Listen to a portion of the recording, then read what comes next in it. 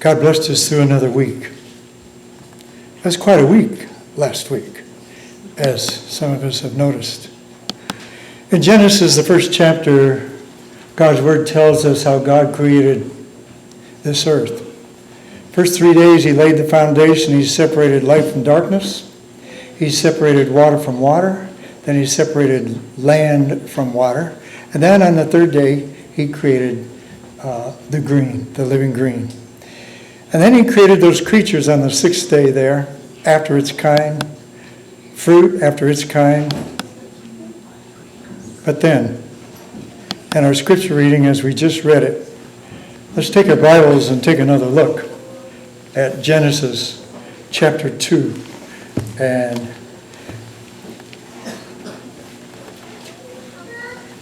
it says, "Thus the heavens and earth and all the host of them were finished. And on the seventh day, God ended his work which he had done. And he rested on the seventh day from all the work which he had done. And then God blessed the seventh day and sanctified it, because in it he had rested from all his work which he had done." And in those brief words, we find the summary of what God did in the first original week of time. And at the end of those first incredible 6 days, God invited the first people living on the planet to worship him who made heaven and earth, the sea, and the springs of waters. The seventh day. On that first seventh day, God created a sanctuary in time. There had never been anything quite like that on the planet before on this seventh day. And so on the seventh day, God created time. 24 hours of it. God's three concluding creations have no substance. They're a key to health, a key to joy, a key to life relationships. And thus the heavens and the earth and all the host of them were finished. Genesis 2, verse 1. We notice that on this day God did three creative acts. Number one, and on the seventh day God ended his work which he had done, and he rested on the seventh day from all the work which he had done. And that word ended means ceased. He stopped creating what he had been creating, and now he created something uniquely different. Secondly, then God blessed the seventh day. And then thirdly, then God sanctified it, the seventh day. And then God goes on and gives a reason why he did all this. Because in it, the seventh day, God rested from all his work which God had created and made. The seventh day, a sanctuary in time. And on this day, God created something that was so uniquely different. He created rest. And we're living in a world today that seems to be strangely missing what God created on this seventh day. In fact, we discover in Isaiah 58, verse 13, God specifically says that this seventh day, he calls it my holy day. It's unlike any other day of the week. And then he created this day for the express purpose of worship. That's just another way of saying love. Now we notice in the creation story that God created the dark part first. And God called the light day, and the darkness he called night. And the question is, how would a perfect creator finish perfection?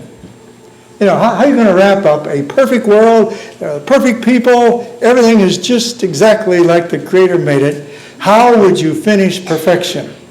Just one way. Perfect rest. Perfect rest. The 7-day rhythm, we call it a week, is known the world over as the seventh day. In fact, we discover in 1886, William E. Jones did a careful study of the ancient languages that make up our calendar. And language happens to be the oldest living thing on the planet. And he discovered that when he took a look at the seventh day, he discovered that these ancient languages, almost without any exception, the ancient languages, all the name for that seventh day was some derivative of rest. Anybody speak Spanish here this morning?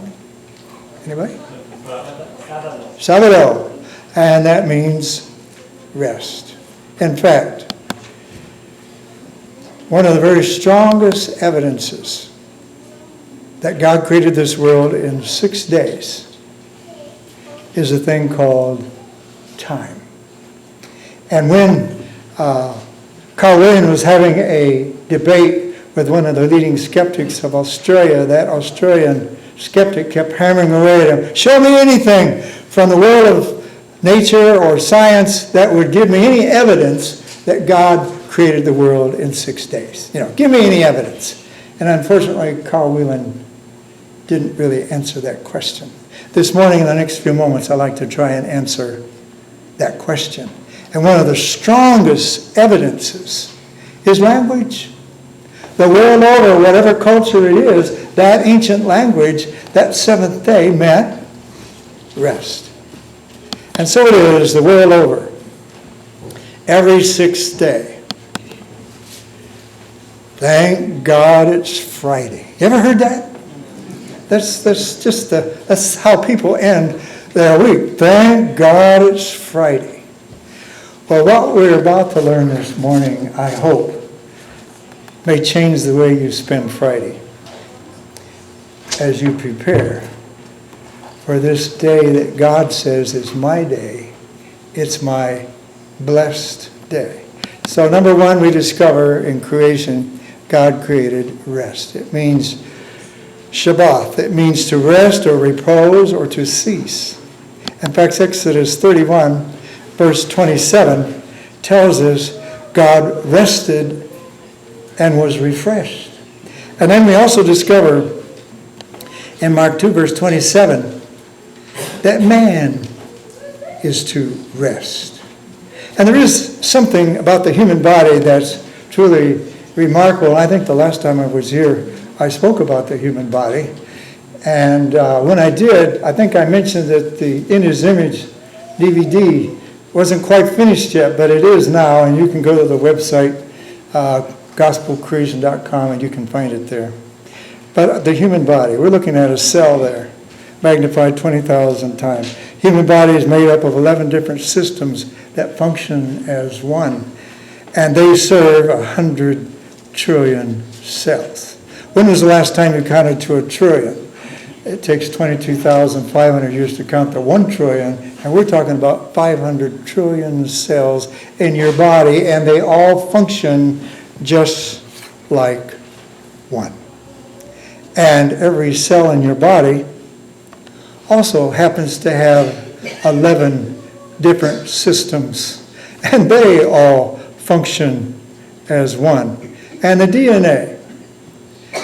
And here we discover something called biorhythms.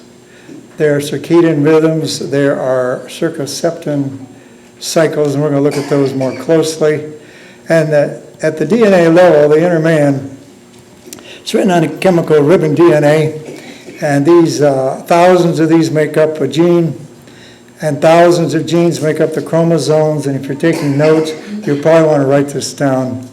There are 6 billion steps in each cell nucleus. If that was all stretched end to end, it'd make about 7 feet, and all the DNA in your human body, if it was stretched end to end, it would make a line that would reach from here to the moon and back again 500,000 times. Your body is packing a lot of information. And these ribosomes that work away there, they work with great efficiency. In 1 second, the human body will complete 500 trillion faultless copies of hemoglobin, a protein containing 570 amino acids, all strung together in a precise way. Every second. How many? 500, how many? Trillion perfect copies of hemoglobin every second. Your body is doing this. No wonder when you lay down to sleep at night, you feel tired. You know, your body has been putting out an awful lot of stuff that most of it we're not even aware of. But written somewhere in the DNA is a timekeeper. The German scientists call it Zeitgeber. And this Zeitgeber is keeping the clocks in your body. Let's just notice how those clocks work. And what we're about to discover, and I'm going to go through these Paul Harvey style really, really fast. Dr. Franz Halberg of the Chronobiological Laboratories at the University of Minnesota is a pioneer in biorhythms in America. And we're going to look at some of his research.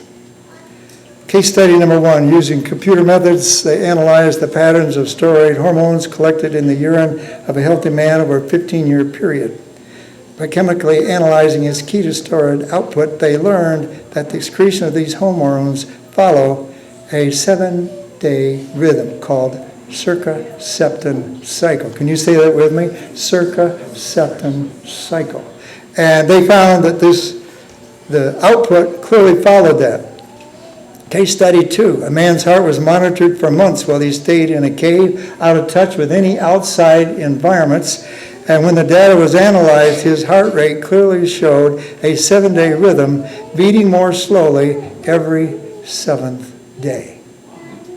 Isn't that amazing? That somehow written in the DNA in these 100 trillion cells of your body, there is a timekeeper that says your body was meant to rest every 7th day. Case study 3, Pullman and Hildebrand studied 70 younger men with wisdom teeth pulled. 7 days after surgery, the faces were more swollen, and 7 days later, another wave of swelling showed that the 7-day rhythm for the immune system to kick in with extra strength followed a 7-day rhythm.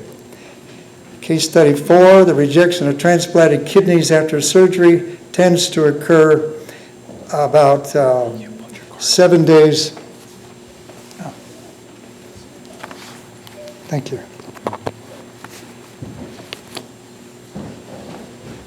I can't see that, but you can, so it's very important. They find that the transplants, the immune system will kick in and try to get out this foreign material in your body on a 7-day rhythm cycle. It seems that 7-day is written deeply into the immune system of the human body, and the immune system is no one organ, but a combination of many organs. They also found that the CBG activity in human milk of the mother also follows a 7-day rhythm, and this is the substance that builds the infant's immune system as it is being fed there from mother's breast milk. Dogs, monkeys, rats, and other organisms, including plants, have demonstrated 7-day cycles. It is most difficult to document this in people because people have stressors like watching the Late Show or eating between meals. These can mess up these bio clocks of your body and get them out of sync with each other, and often takes weeks for those clocks to sync back in and get into their proper cycle again. And so, God created rest on that 7th day. And it's in Exodus 20, 10 to 11, the commandment, the 4th commandment, the only commandment that identifies who is giving this law, specifically says, and the animals that are within your gates, they also are to rest. And so, case study 7. And the great salt mines of Austria once worked by donkeys 7 days a week. But they discovered that those donkeys did their best output when they worked 6 days and then they were given a day off to rest. And that was when they got the best output out of those donkeys. And so Exodus 29:10 says, 6 days you shall labor and do all your work, your cattle, nor your stranger that is within your gates, they shall not work. And it appears that God has written on the Austrian donkey's DNA the finger of the Creator himself, rest on the seventh day. This next story I want to share, children. You had one children's story, but I got several children's stories today. And this one I really want you to listen to because this is one of the most incredible stories I think I've ever heard about 7-day rhythms. It's called The Miracle of the Seventh-Day Ox by Bradley Booth. How many of you have ever read that story? I already see several hands. Well, I see a lot that didn't. So I'm going to try to condense that story down to a very short form. Nikolai Panchuk was a Seventh-day Adventist pastor working there in Kiev. And this was back when the KGB was very active in repressing anything that had to do with Christianity. They called him in. They demanded that he tell them the names of his church members. He actually had 10 different churches with about 10 members each. And he refused to share that information because that would get everybody into trouble. And they threatened him, and finally they said, if you don't tell us, you're off to Siberia. Long story short, he ended up in northern Siberia. Now this northern Siberia, that's as flat as your eye can see, and there's just a tundra up there, and there's nothing out there except tundra wolves. And at this prison camp where he was sent to, there were no guards with guns, no lights searching, no barbed wire fence, because nobody's going to run away. There's no place to go except to die. And so they didn't need any of those things there. There's about 300 men at this prison. Well, Nikolai, Seventh-day Adventist pastor, wondered, God, why are you sending me to this forsaken place? Why did you send me here? And more than that, how am I going to keep the Sabbath in this prison? That was the question. How do you keep the Sabbath in a prison camp with 300 men? You know, how are you going to do that? Well, he was assigned the job of working with the carpenter at the carpenter shop, and he worked there all week. And when Friday came, he wondered what was going to happen. And so the next day was Sabbath. He didn't go to work. And finally, along about 10 o'clock, Yuri, the guard, found him. He said, Panchuk, what are you doing? You're supposed to be at work over there. The guy in the cabinet shop was wondering where you are. He's looking everywhere for you. Panchuk said, but sir, this is God's holy day. He says rest. And I have to rest on his holy day. The guard says, the what? And he said, well, let me smarten you up a little. So he took out his nightstick and he began to beat Nikolai till he was almost unconscious. Now he said, come on, get smart and get over there and go to work. And he said, no, I can't do that. This is God's day.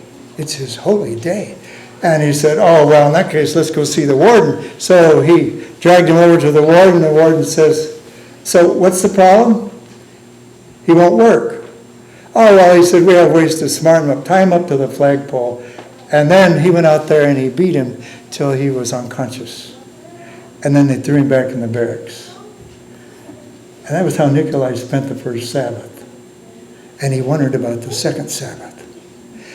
Well, he worked all that week, and the next Sabbath, he didn't go to work. And he was in their barracks there. But the guard, Yuri, went looking for him. And sure enough, there he was, and so he took him back to the warden.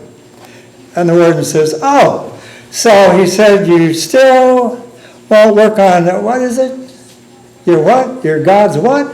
Holy day? Well, he said, we'll show you how you can keep it. And so he said, put him in the box.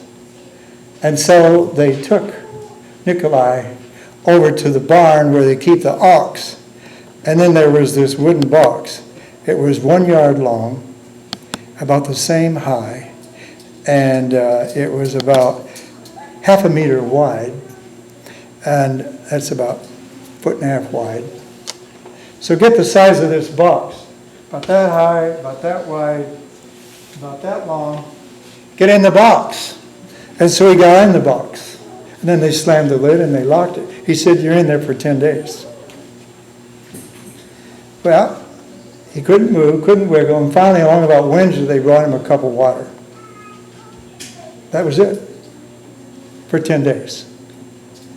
Well, with no bathroom facilities, you can imagine what that place must have been smelling like at the end of the 10 days. And so when Yuri went to grab and get him out, your muscles will atrophy within 48 hours. He couldn't walk, couldn't move, and he just jerked him out of the box and threw him over there in the straw there in the barn. And he said, Nikolai, you stink. And threw him over there in the straw. Well, it took him about 3 days to recover to where he could move again, just long enough to get in one day at the carpenter shop, and then it was Friday again. And so when the guard took him back to the warden said, oh, he must like keeping the Sabbath that way. Back to the box again for another 10 days. This may sound almost impossible, but for the next 10 years, he spent 10 days in the box. I'm sorry, 2 years. For 2 years, on the 10-day stretch in that box. Well, finally, after about 2 years of this, a corporal commander of the Russian prison system visited that prison. And as they walked around, and they were showing him all the different places, and so they came by this barn here. The corporal said, so what do you do with this building? They said, oh, that's the barn where we keep the ox and incorrigible prisoners. And he said, do you have those here? He said, do you have anybody in there now? And they said, yeah, we got one guy. And so he said, and so what do you do with him in that barn? And they walked in through the door of the barn and he said, oh, we put him in the box. He said, the box? What box? Oh, that box down there. He said, you put a man in that box, and for how long? 10 days. The warden was kind of feeling a little bit sheepish about now, and the couple said, you put a man in there for 10 days? And so he says, is there a man in there right now? He said, listen, warden, he said, the Russian army is tough and severe, but we're not cruel. He said, that's not punishment. That's cruelty. He says, is there a man in there now? He said, well, get him out. Well, Nikolai had been in there 3 days. Well, at the end of 3 days, you don't walk. And so they lifted the lid and they stood him up, and he couldn't stand very well. And he said, sit in the straw. He said, is it true that you won't work? And Nikolai said, no, that's not true. I will work, and I'm willing to work very hard for 6 days. But he said, the seventh day is God's Sabbath, and I can't work on that day. And so the corporal turned to the warden, and he said, warden, he said, did it ever occur to you? He said, how long have you been putting this guy in this box? And then the warden was really kind of sheepish, and he said, well, about 2 years. And the corporal, he says, you put a man in a box for 2 years? He says, that's 40 or 50 times for 10 days in a box? And he looked at the warden, and he said, did it ever occur to you there might be a very good reason why this man won't work on the seventh day? He said, don't you have any other job on this place where this guy could work real hard for 6 days and then have this day he wants off? And the warden says, well, he said, I never really thought of it that way. He said, well, yeah, I said there was one job. He could haul the water to the camp, and if he could get all the water hauled in 6 days, he wouldn't have to haul any on the seventh. And so the corporal turned to Nikolai and he said, are you willing to do that? And he said, yes, sir, I'm willing to try. And so he got the job of driving Muskin the ox 1 kilometer to where the spring was to get the water and bring it back for the camp. Well, as it would work out, you had to get 16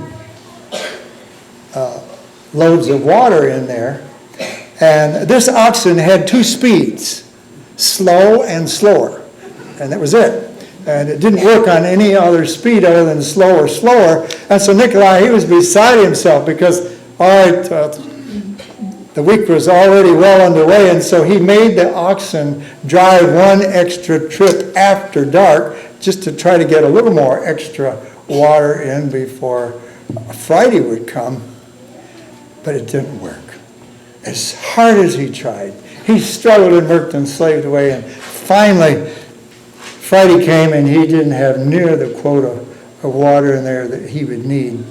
And so, but when he went to get Muskin that Friday morning, to his amazement, Muskin was pulling at the chain and trying to get going, and he thought, oh, well, this is different. And so he hooked up Muskin, the ox, to the cart. Now, this cart carried 2 50-gallon barrels of water.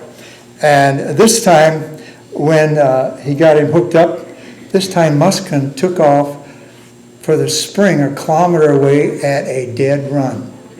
Well, now this ox never ran anywhere, ever.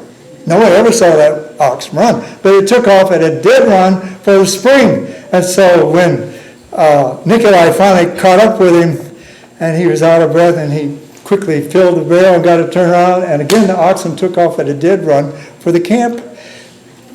And that oxen did it all day long. And when the sun was setting Friday night, all 16 loads of water were in, which was enough for the next day. And Nikolai, of course, was in a state of total exhaustion after running all day long after this running ox. And he slapped him on the rump and he said, Muskin, you can keep the Sabbath tomorrow. And so he kept the Sabbath. But here's the thing. Those prisoners never saw that ox run anywhere, ever. And they saw this ox come running in all day Friday, running with this load of water back and forth. And finally they called out, and they began to cheer because 300 men, they knew what was happening to Nikolai. And they knew about his Sabbath. And Nikolai kept the Sabbath. But here's, they call it the Friday race. 16 barrels on the 6th day. This is where the story really gets interesting. That oxen did that every Friday for 8 years. For 8 years, that whole camp saw this oxen do the impossible every Friday so that Saturday, Nikolai and the ox didn't work. He gave Bible studies. He baptized some of these men. But that's not the end of the story. The colonel returned. And he got there on a Friday in time to see the Friday race. Saw the ox running back and forth. And the colonel said, Nikolai, he said, you're a man of character. You don't belong in this place. I'm signing your release papers today. We need you back in Kiev. And so he was released and got to go back to Kiev. But that's not the end of the story. It continued. Gennady took his place hauling water, a new prisoner that knew nothing about the past. And so he hauled water, and the oxen went its 2 speeds, slower and slower, all week long. But when Friday came, off he went, running as fast as he could run. And the poor guy was all out of breath, and he said, what is wrong with this oxen? And he put the water in, it ran back. And by the end of Friday, he was in a total, absolute exhaustion. He said, as he collapsed at the end of that Friday's 16-barrel run, he said, that ox is possessed. And the warden just happened to be standing there, and he says, no, he said, that oxen is not possessed. He said, Nikolai made a Seventh-day keeper out of that ox. And he said, he'll make one out of you, too. And he did. 300 men saw and believed. Dear people, if God can put into the brain of an oxen to run like that every 6th day in order to keep his day holy? What can he do with you and me? After I heard that story, I never keep Friday the same ever again. And I hope you won't either. Potato bugs, eggs hatch in 7 days. Canaries in 14 days. Barnyard hens in 21 days. Duck eggs in 28 days. Mallard in 35 days. Parrot and ostrich eggs hatch in 42 days. All of these are divisible by 7, and somebody told me after I made this presentation that dogs give birth 49 days after they conceive. All dividable by 7s. After I gave this message, 2 ladies met me at the fellowship lunch, and they told me the following stories. In 1920 at Stettler, Alberta, Grandpa Van Keck, he was a blasphemous atheist guy, and he had a neighbor who was a Seventh-day Adventist, and he borrowed this guy's horses because he was pulling stumps, clearing a field, and he said, these horses work very well, except they won't work on Saturday. And this guy was furious because these horses, which worked very, very well all week long, on Saturday, they would not pull anything. And then Mary Lister told me how in 1915 on a farm near Winnipeg, Manitoba, a Seventh-day Adventist, when he died, gave his horses to the neighbor, and the neighbor, when he got the horses, he said, they're great horses. But he said, they won't work on Saturday. Now, dear people, is that horse sense? Or is it simply, thou shalt not work, nor your cattle within your gates? And it appears that these horses remember. And I collect these kind of stories, and so if you've been an eyewitness to something like I've just shared, I would like to hear your story after this service today. Well, Dr. Sang Lee talks about a John Mudbird that builds a nest out of clay. And it works on that day, on that nest every day. It's a very busy bird. And it will do that for 6 days, but on the 7th day, which is the Sabbath, it won't work on that day. It doesn't work on its nest on that day.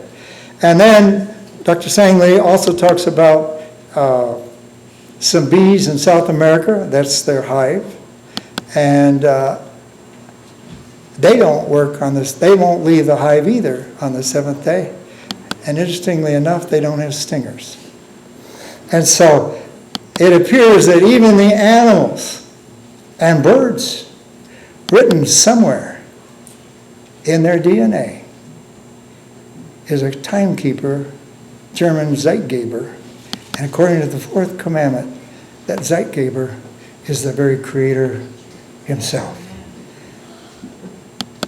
And you know, from even to even, so you celebrate your Sabbaths. And God's plan is that the family is to come together Friday evening. The Sabbath begins when the sun sets, and the dark part of the Sabbath precedes the light part. And if you short out the dark part, guess what happens to the day part? You're the loser. And by the time we get to the 11 o'clock worship service, most of those precious sacred hours of Sabbath have already gone. There's not much left. And I just ask you the question, are you missing what God created on this 7th day? He wants you to experience it experientially. But that's not all. The land was also to rest. Jesus, the Creator, the Word, He rested. And man rested. And creatures rest. But the land is also to rest.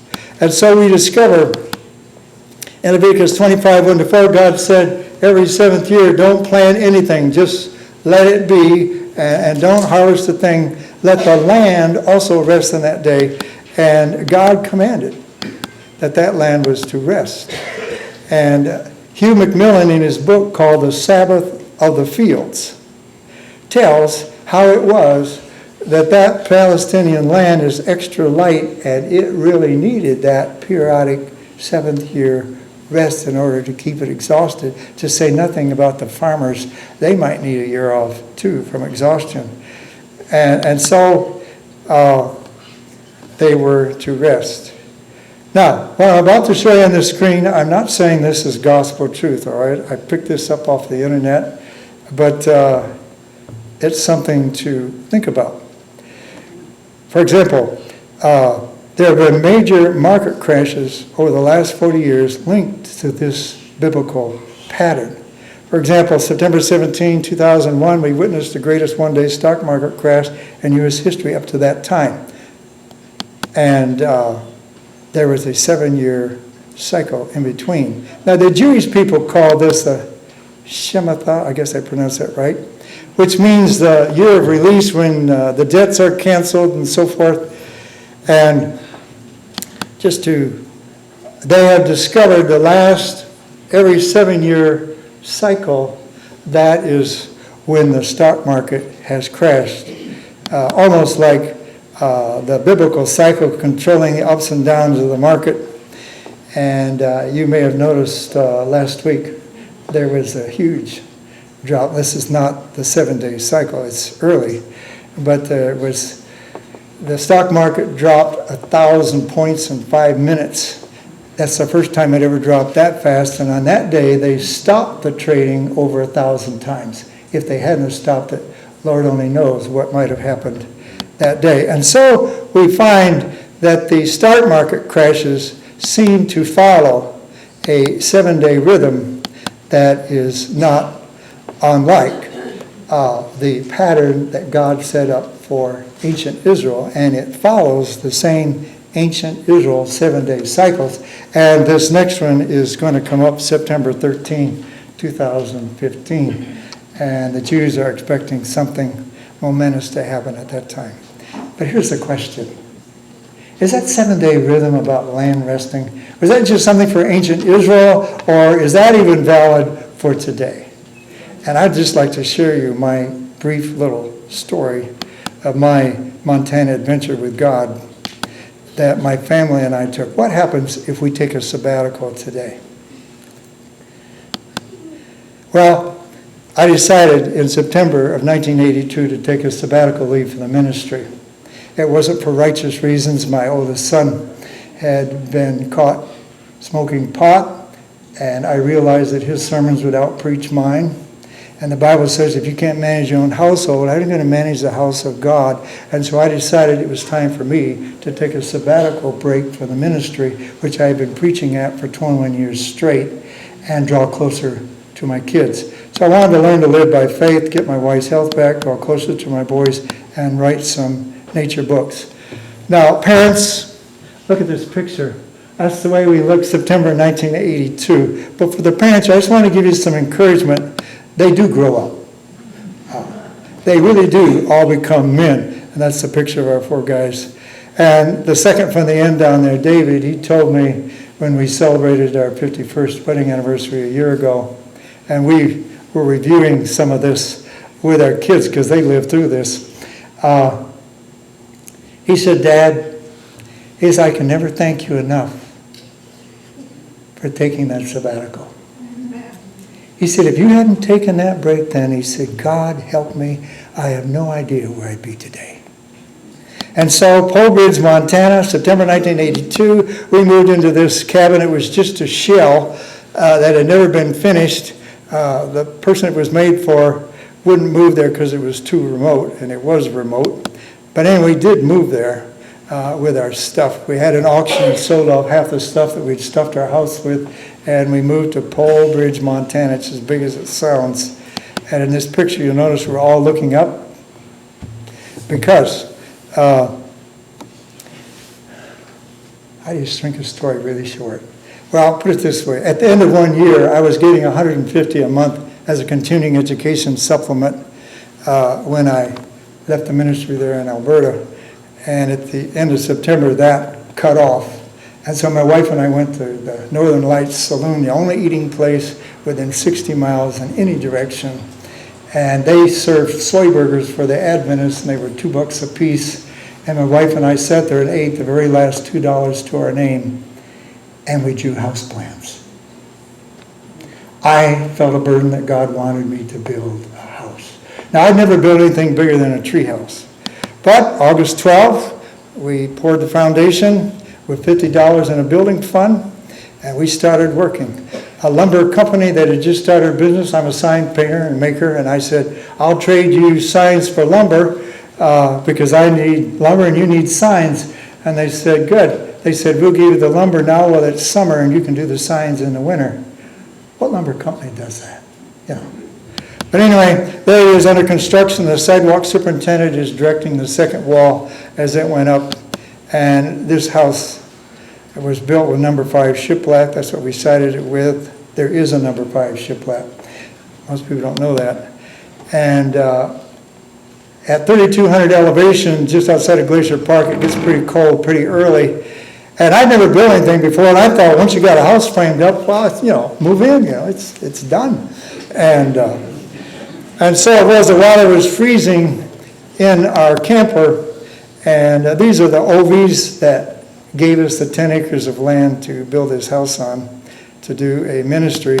And so it was, we put plastic on the windows, the water was freezing in our camper, and I said we're going to move in there. So Thanksgiving Day, U.S., we moved into that house, and I think it was the next week, it snowed 3 feet of snow.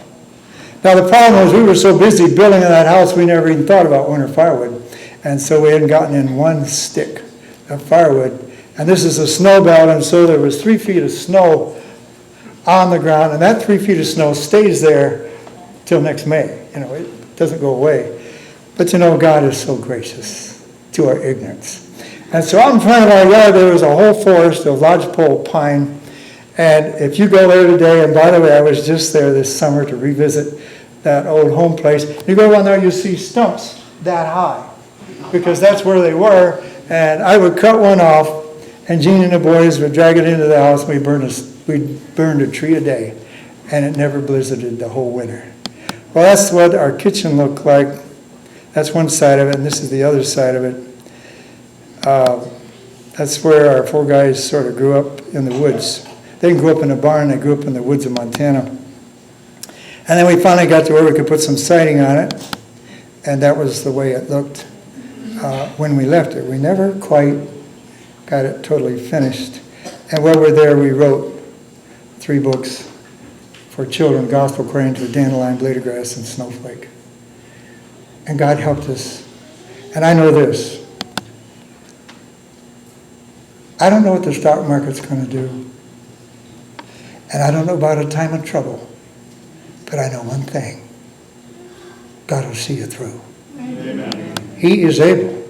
And if we're faithful with what He asks us to do, and for us, it was important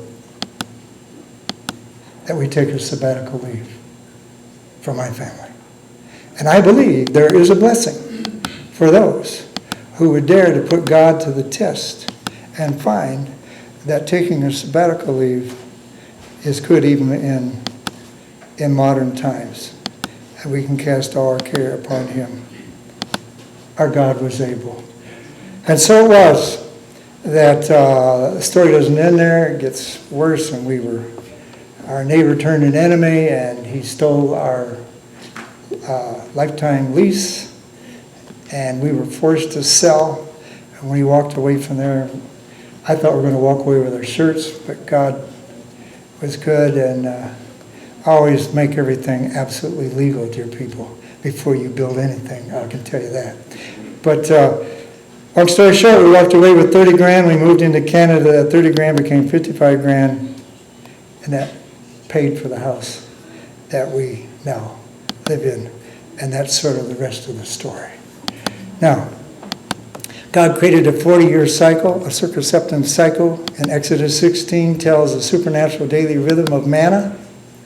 That manna fell. 6 days, twice as much fell. And they got down on their knees before dawn and gathered it up 4 quarts per person to their tent. And on the 6th day, twice as much fell, so they could rest.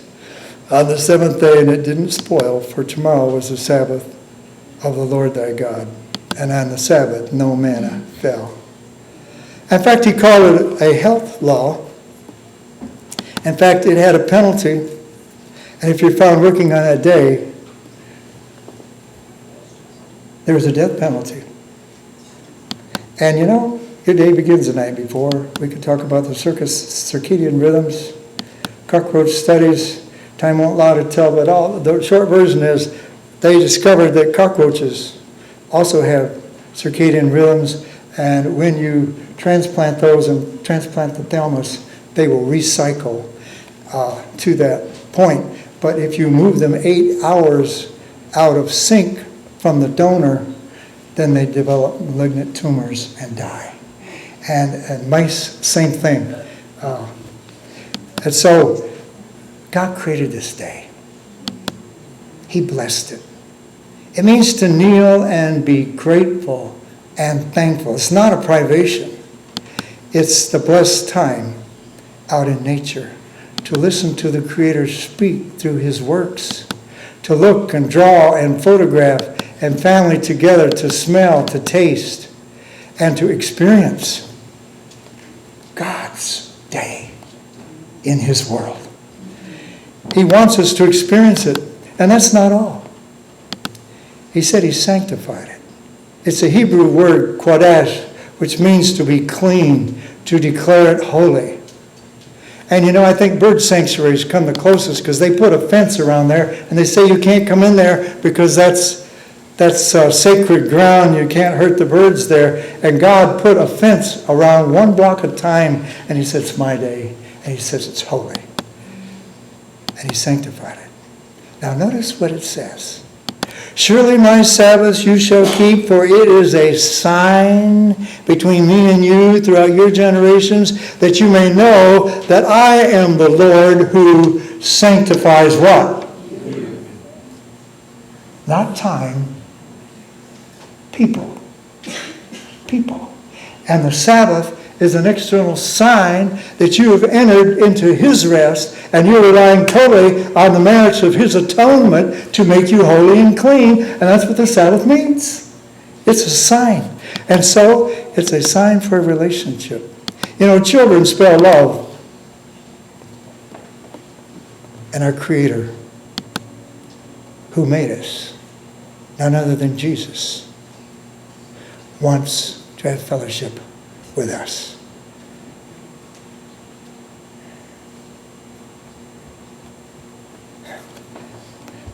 Can I tell 2 more stories? The Lord impressed me that I need to tell these stories.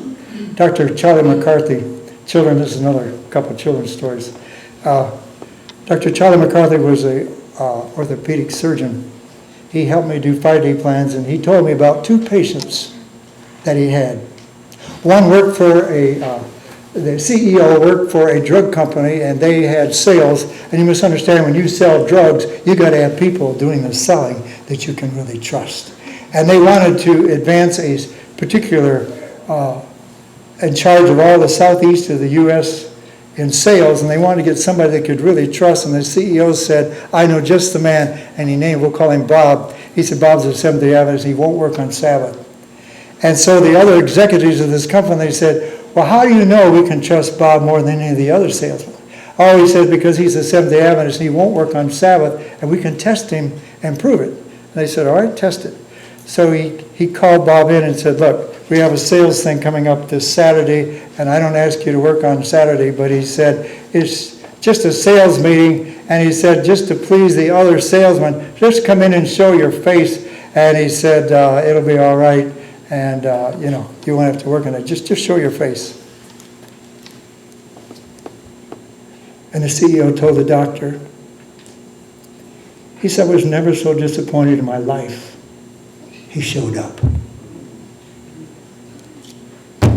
And he said, not only does he not get the promotion, but he said, we need to replace that guy because he's not honest. He doesn't have integrity.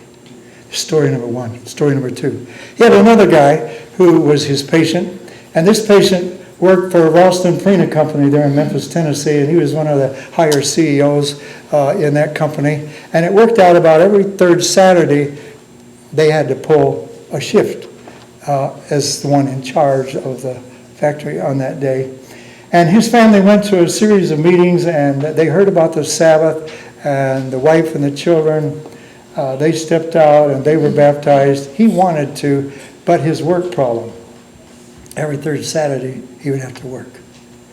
And so he struggled with this and wrestled with this, and finally he became convinced, yes, I want to keep God's day. I want that blessing. And so he told the company there in Memphis what he wanted to do, and they said, well, you can't do that. They said, you have to pull your third Saturday just like all of us.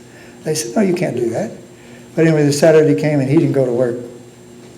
And the CEOs, they were just furious, and they said, are you out of your mind? And so they read the riot book to him again, and they said, if you do that one more time, they said, don't even bother about clocking in your history. And so time went on, and the third Saturday came around, and his job's on the line. What are you going to do? He struggled. He went in and he clocked out and went back home. And again, they were just fierce. They said, you can't do that. Do that one more time in your history. He said, I don't need any more one more times. He said, I won't be here. It's God's day, and I will keep it holy. And so, sure enough, the third Saturday came around. He didn't show up to work. And next Monday went in and they said, don't clock in. Here's a ticket. Fly to St. Louis company headquarters. Your history. And so he went to company headquarters there in St. Louis, Ralston Purina headquarters, and the big boss was there, and he was at this huge desk in this big office, and he waited and finally the boss came over where he was, and he said, we'll call him Bill. He said, Bill, he's understanding they've been giving kind of a hard time down there in Memphis. And Bill said, you don't know the half of it. And the boss said, I know all about it. He said, come with me. And they went over there, and there was a picture of Danforth, the founder of the Purina Company. He said, Charles Danforth, he set up this company to be a company of integrity, foursquare living, mentally, physically, spiritually, and socially. And that's what the checkerboard square in the Purina Company stands for, is a foursquare living. And he said, we have a guy who's in charge of all the sales of the Southeast, and he's retiring. He said, come with me. 3 doors down from the big boss. They opened the door, and in there was a whole room full of secretaries. This was back in the 60s. Computers hadn't been invented yet. A whole room full of secretaries typing away, and he said, they're your workers. And he said, you will replace this other guy. And he said, as long as you're with the Purina Company, you will never work a Saturday. And he said, your pay scale goes up 3 zeros. Dear people, the world is watching us. They're looking for people who believe that the Creator God is all that He said He was. And they're looking, and when Jesus died on the cross and the plan of redemption, He rested in the tomb from the plan of redemption. Yes, He did. And when He rested in the tomb, and Paul warns us in Hebrews 3:18 and 19, in whom did He swear that they could not enter His rest, but to those who did not obey? So we see they could not enter in because of what? Unbelief. Their belief was not translated into obedience, and they could not enter into that land of promise. And dear people, there remains a rest. And that word rest in the Greek is sabbatismos. That means a Sabbath day rest for the people of God. For he who has entered his rest has him also ceased from his works as God did from his. And the Sabbath is a visible sign that you are relying totally and completely on the merits of a crucified, risen Savior. And you're entering his rest on his day for his blessing. This world is facing a crisis in worship, and it's going to be about days. It will be. And the question is, There remains, therefore, a Sabbatismos for the people of God, for he has entered his rest, as himself ceased from his work, as God did from his. Let us therefore be diligent to enter that rest, lest anyone fall according to the same example of disobedience. It's the only commandment that says, remember. Don't forget the Sabbath. And Jesus says, may I come in? What makes a day holy? What is it? Moses, take your shoes off. The ground you're standing on is holy. Why was it holy ground? Because God was there. And you can't keep the Sabbath day holy if Jesus isn't in your heart. No matter how hard you try, it's by his presence he makes that day holy in your heart of hearts.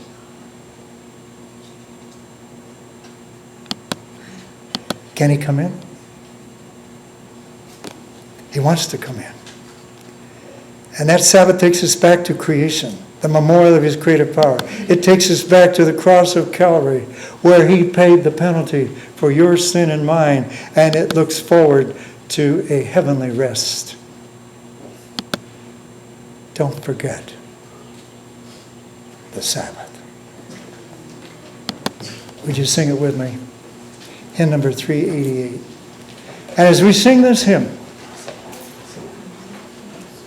I'm going to come down here to the front. I just want to sort of open the doors of this church, and there may be somebody here that needs to enter that rest today.